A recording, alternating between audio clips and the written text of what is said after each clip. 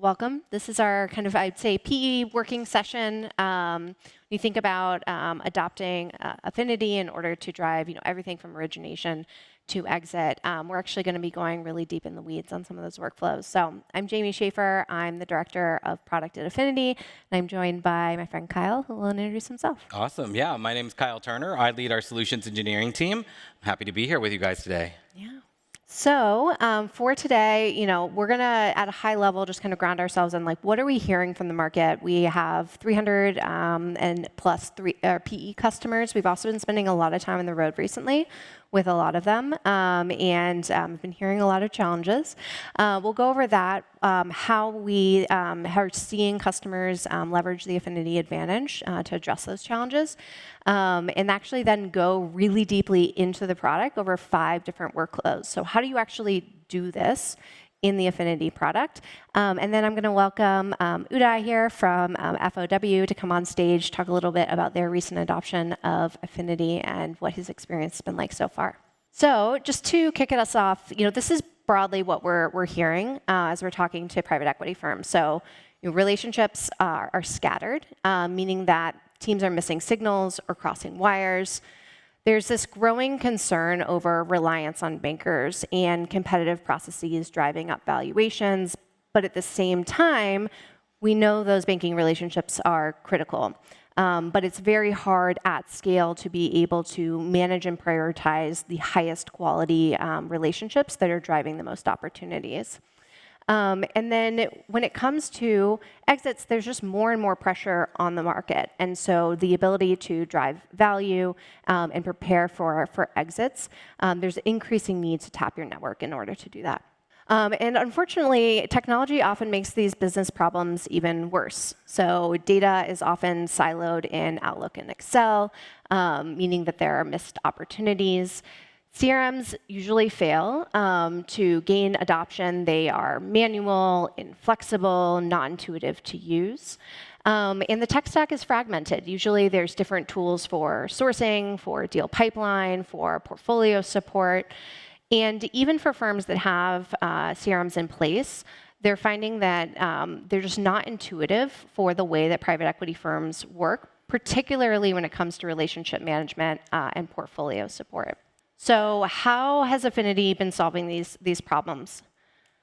So our advantage is we start from where your relationships live in your communication channels by syncing all of your team's email and calendars since the inception of your email inbox.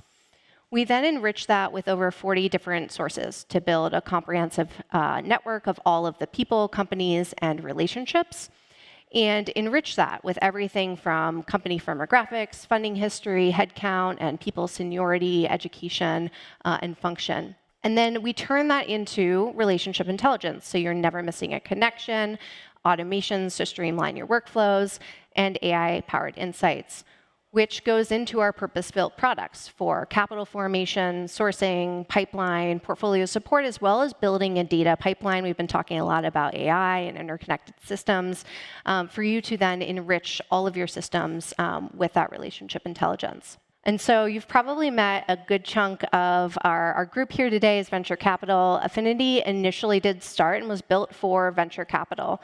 And some of those leading VC firms were early adopters of us kind of at the beginning of that timeline. But we started to see natural adoption happening first within the PE arms of our VC customers, and then with standalone PEs. They were frustrated with a bunch of the legacy CRMs like DealCloud and Salesforce and Dynamo, and were looking for a better, more intuitive solution.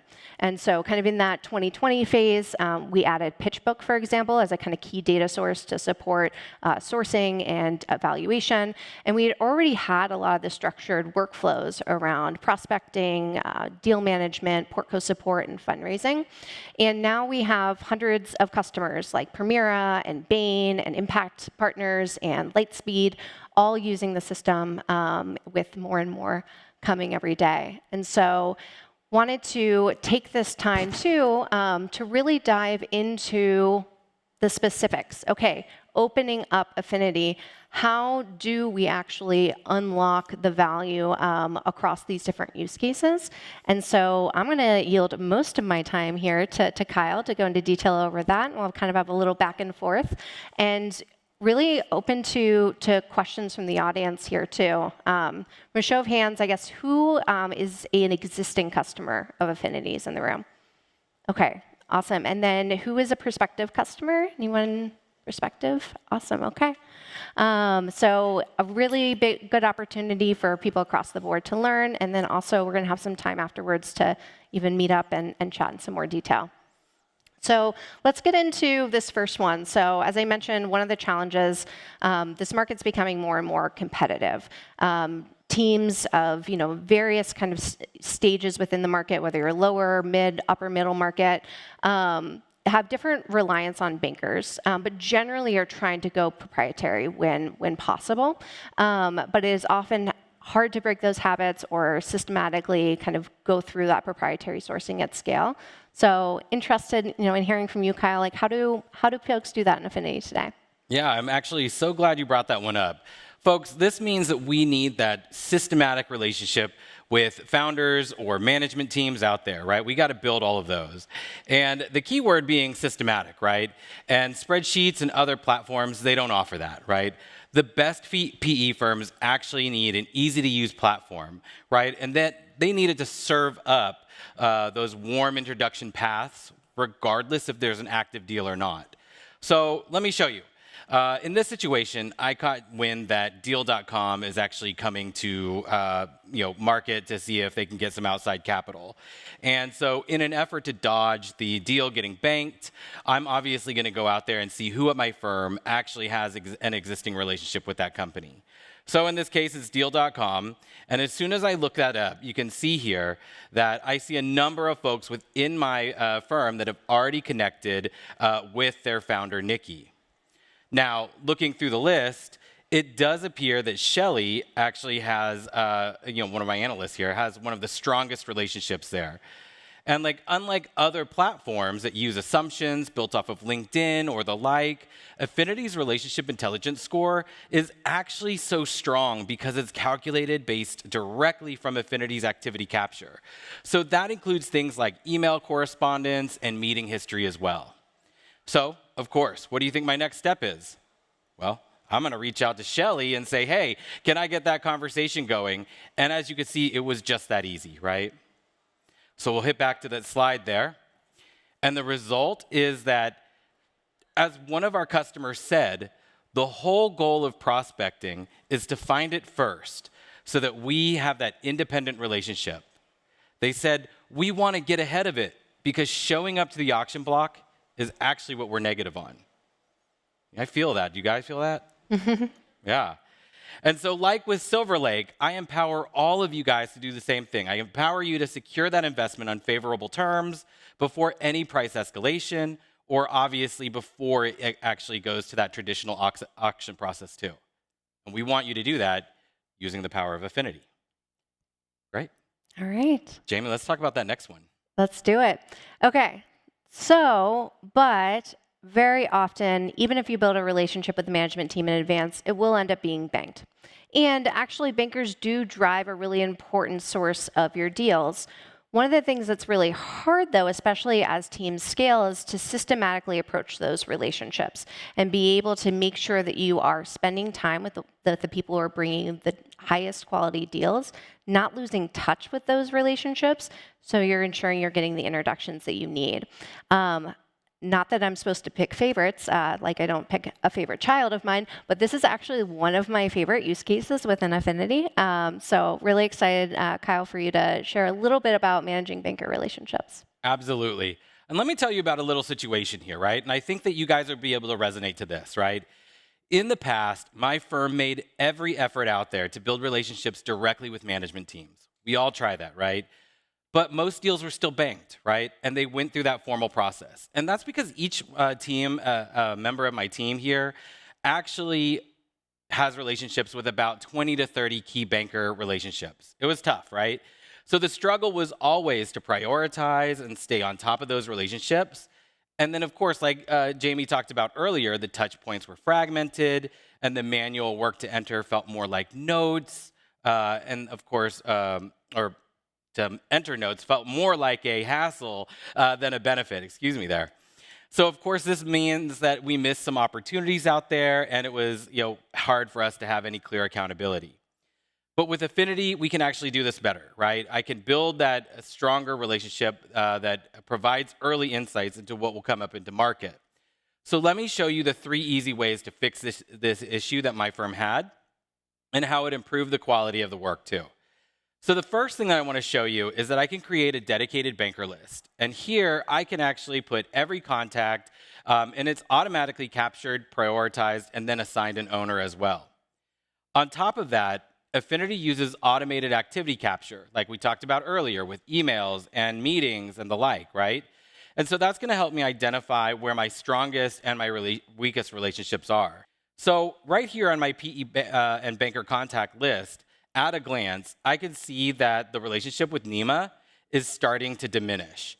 And I can see that because the text here under the connections is bright orange here. So it's kind of like a little alert, if you will. I can also see that Nima is a high priority banker in our network. So we want to reach out to Nima quickly and easily without having to go into any other platform. So let's invite Nima to our happy hour that we have coming up this Thursday. Just like that, I fixed that.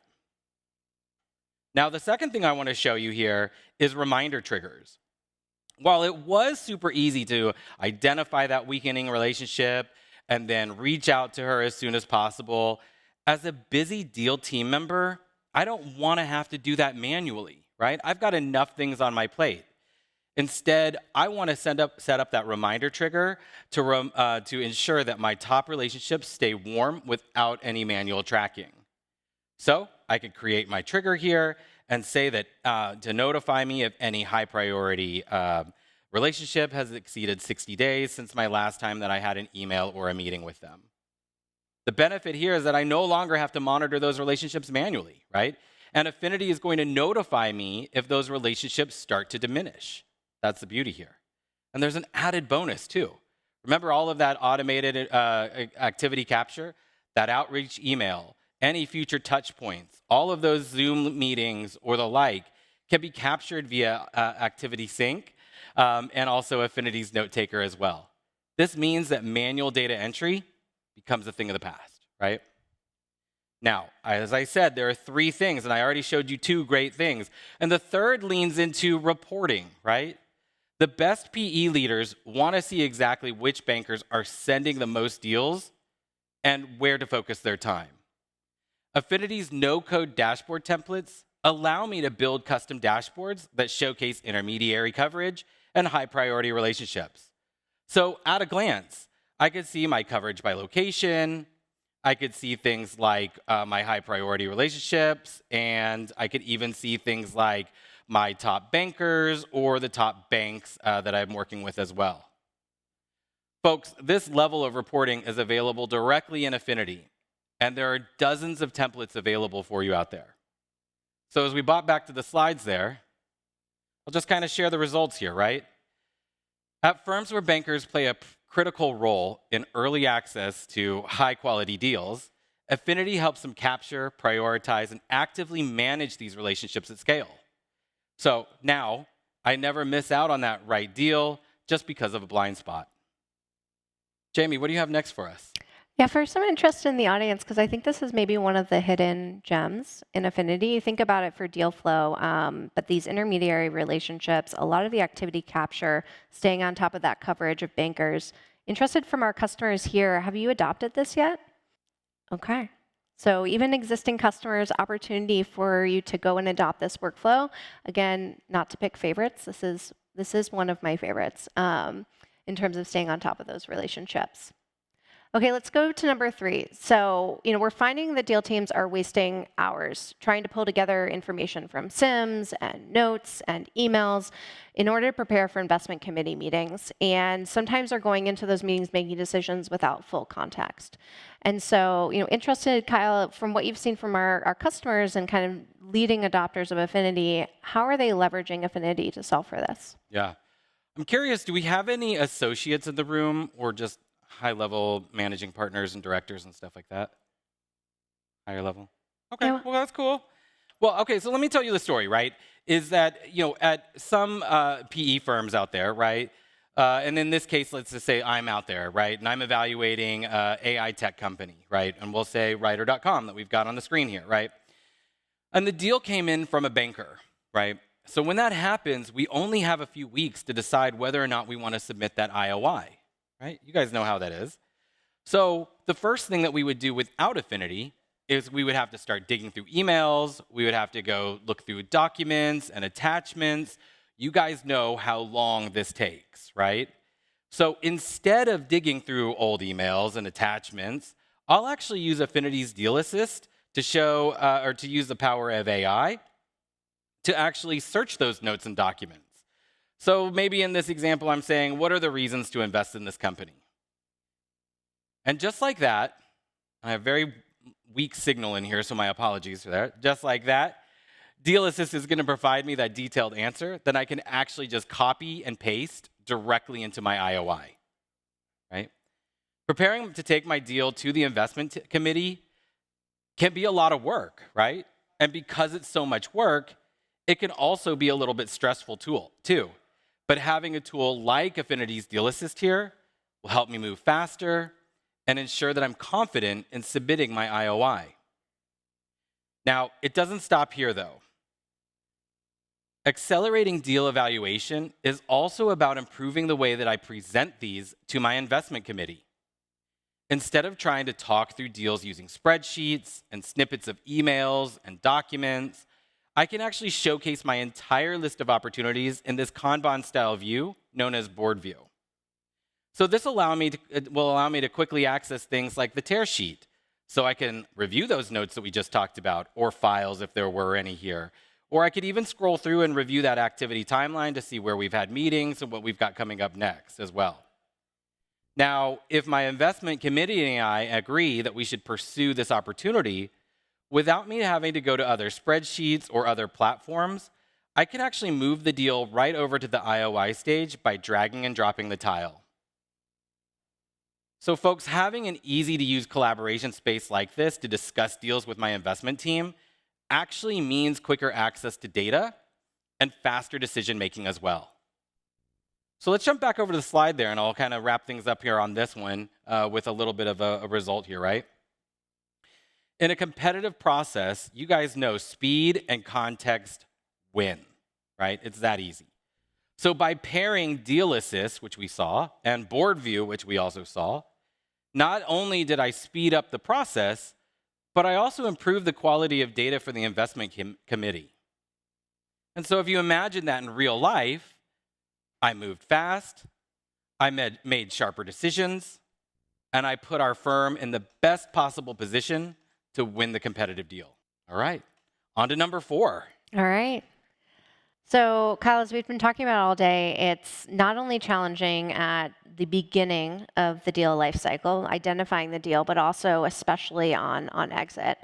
And so it's really important that firms are tapping into their network in order to drive growth, prepare for exits. And we're seeing that this is becoming more and more challenging. And so, interested because I know anecdotally from a number of our customers, the first thing that you do is onboard deal teams. But interested as you're thinking about value creation and preparing for exits, how are some of our best customers leveraging Affinity at that stage of the deal? Yeah. Let me tell you a story about this one here. This is a fun one too, right? In this situation, my firm just acquired a US-based wearable tech company, Whoop.com. You guys know what those are, those little bands? Anybody use those? I feel like I need to get one because all my friends have one. But as part of that deal, it was actually discussed that we will help them professionalize their finance team, right? And that includes hiring a new CFO.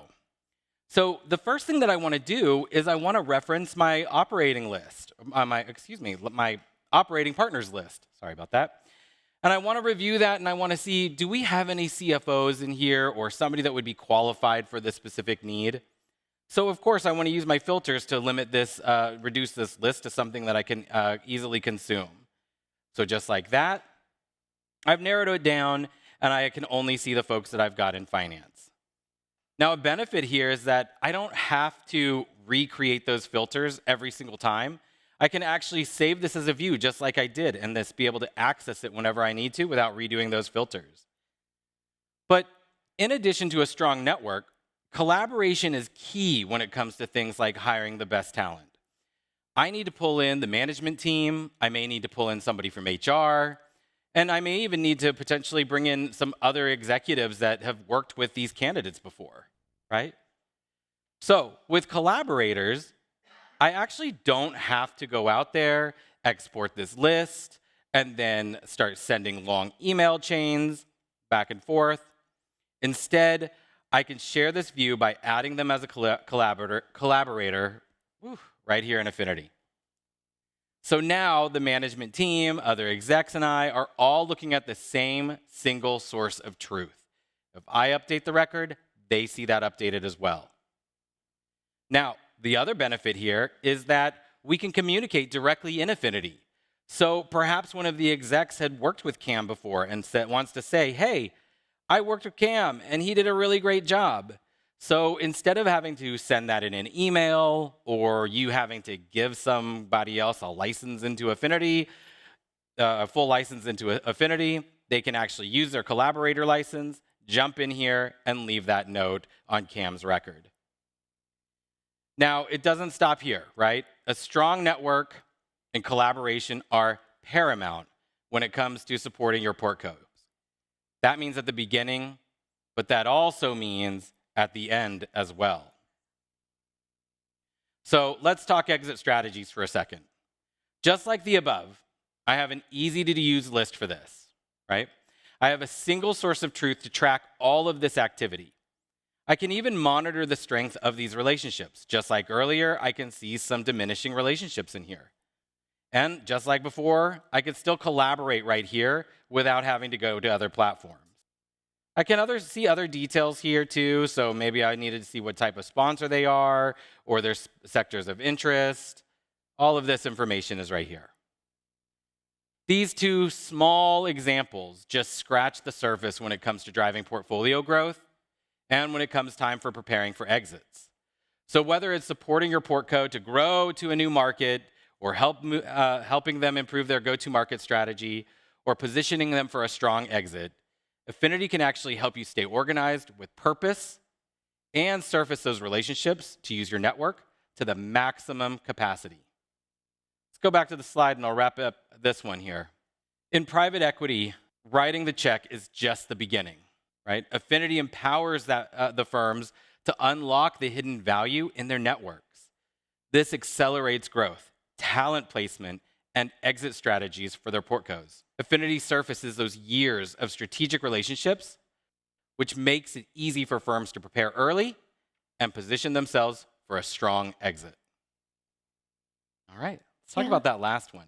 Yeah, so I'm going to double tap on that too because so what you just saw there, the idea of collaborating with your portfolio teams, you can do that right through Affinity. So for a little bit of context, they don't sync their email and calendar, but they are able to see in real time lists that you're building for introductions for talent, ideas for exit opportunities, also add-on opportunities as well, and they can collaborate with a subset of the data that you define.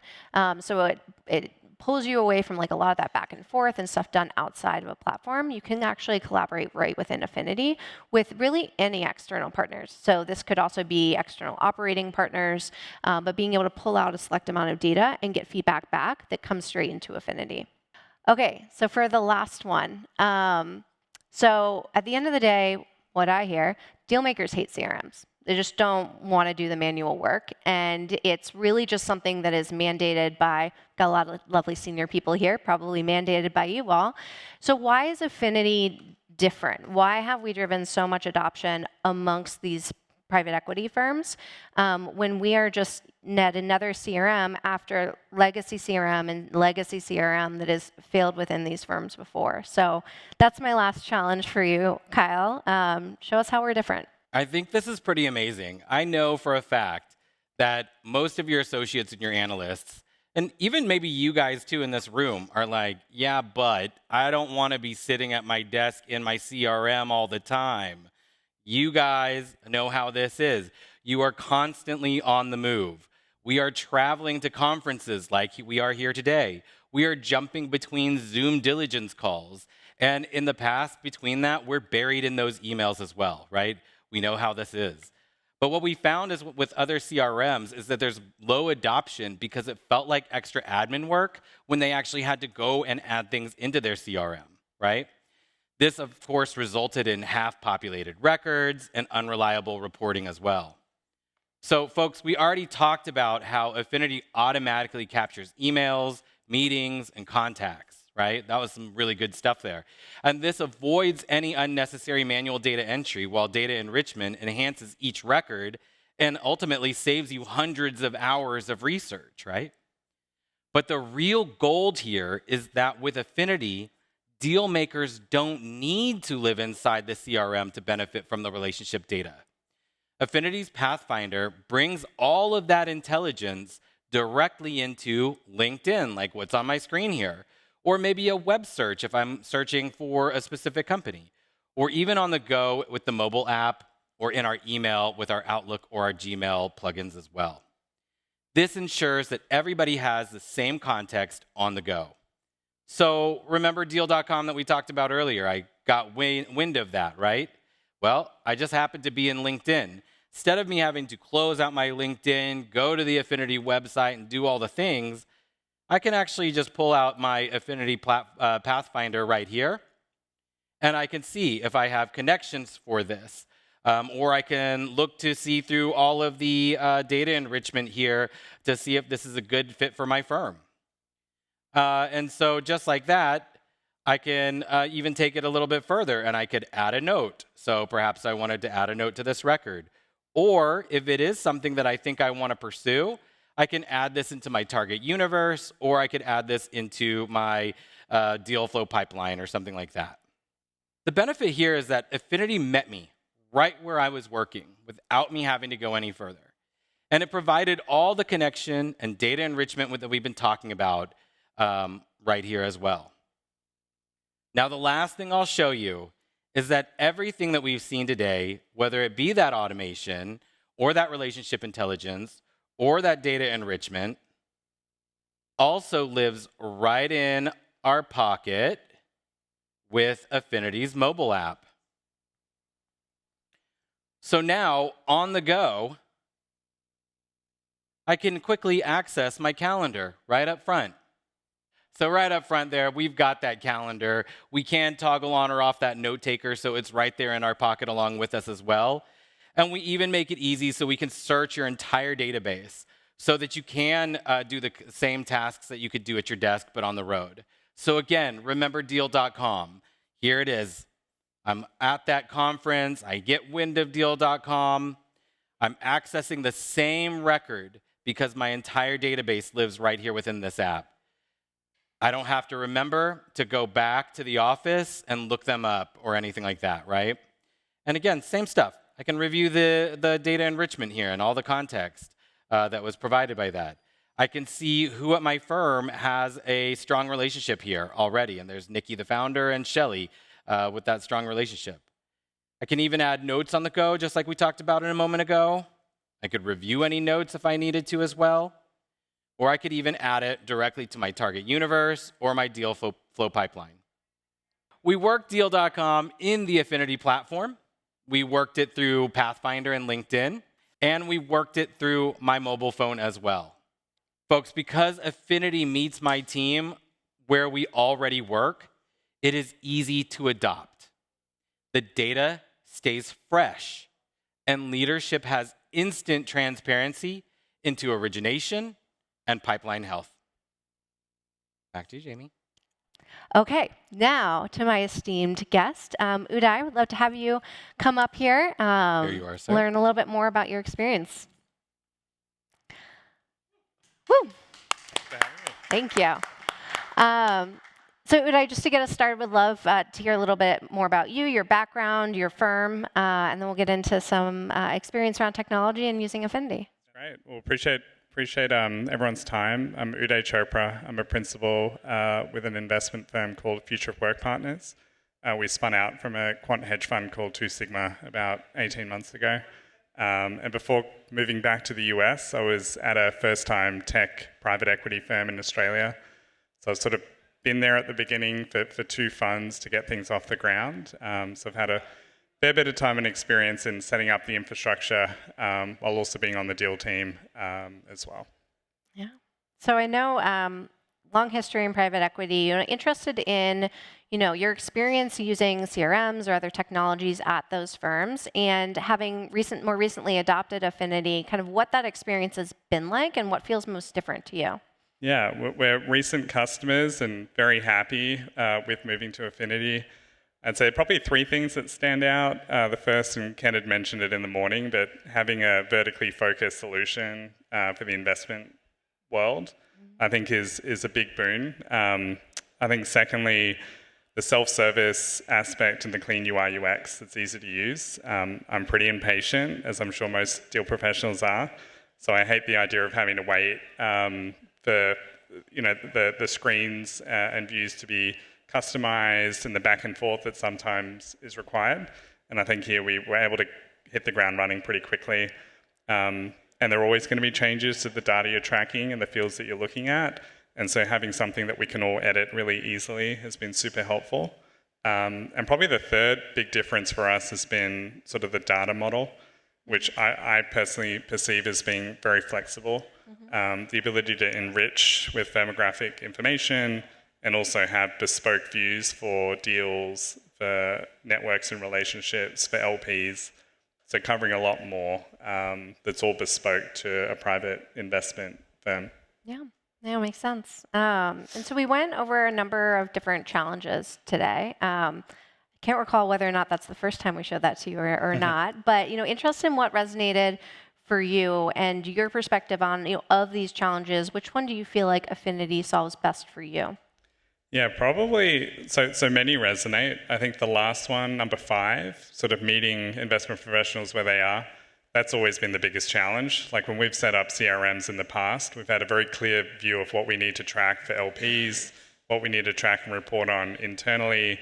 Adoption's good for the first month or 2, and then it just drops off a cliff because no one has time. And so we leverage the Outlook integration as an example. So it's always on in the background and enriching our data set and giving us a foundation to work from really easily, which means we're using it frequently. And then the first 2, so relationship strength. And I think we're a pretty small team. We've got about 25 people across 3 offices. But even then, wires are getting crossed. SIMs from bankers are coming to the wrong investment team professionals. And usually we're relying on people forwarding it through. So just being aware of what's coming in and who's got good relationships with which folks in the network has been helpful. And then your favorite, Jamie, use case, the banker relationship kind of tracking.